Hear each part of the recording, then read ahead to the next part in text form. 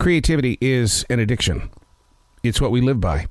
We live off other people's creativity because otherwise, how would you have a house? How would you have a car? How would you have a refrigerator to put your food in? That's other people's creativity. And do you respect them for that? Okay, now you understand how people steal from you and your creativity is going, but you've got to make it through the storm.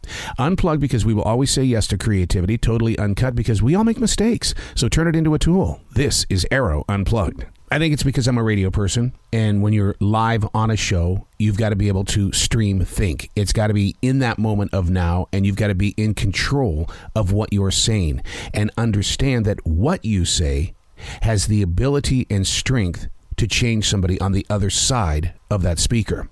So learning how to train yourself into becoming a better thinker is a growing process of understanding what it is you want to say, how you want to say it, and when will it come back and bite you. That's why I like to stream think in my daily writing. It's being present in the power of now, learning how to trust free-form writing. It's an exercise that I do every day. 1 page, just 10 minutes of your time.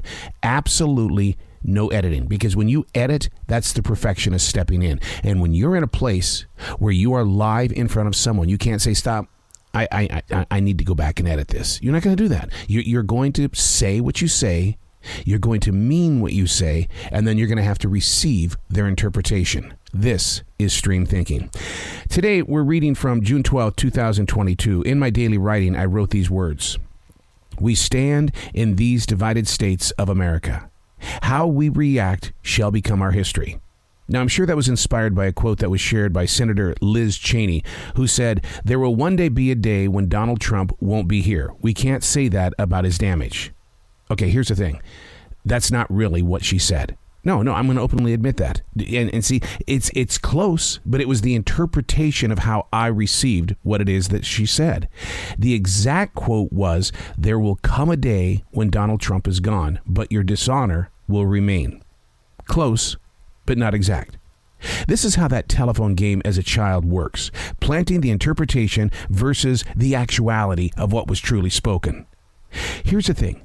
If I would have released my story, that meant it was a bent story. It was based on something that she said. It was close, but it wasn't exact. See, and when I let it go, then the person that receives it gets their version of it, their interpretation, and they bend it a little more. And then the next person, they bend it a little more. Eventually, when it comes back, it has nothing to do with the original story. This is how we do news in this modern day world. It is the interpretation of how it was received. And cameras, podcasts, talk shows on AM and FM radio, they are interpreting how it is that they received it.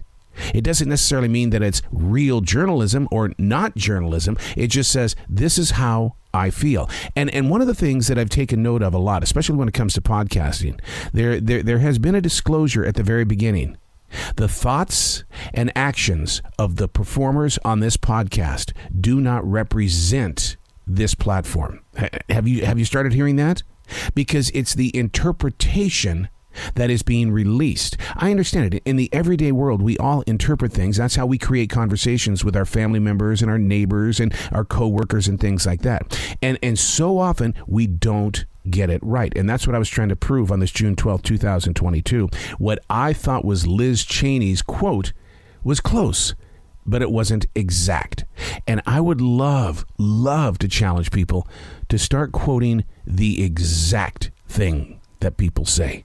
And the reason why is because it's going to help us become stronger, and it's not based on the assumption of what we interpreted.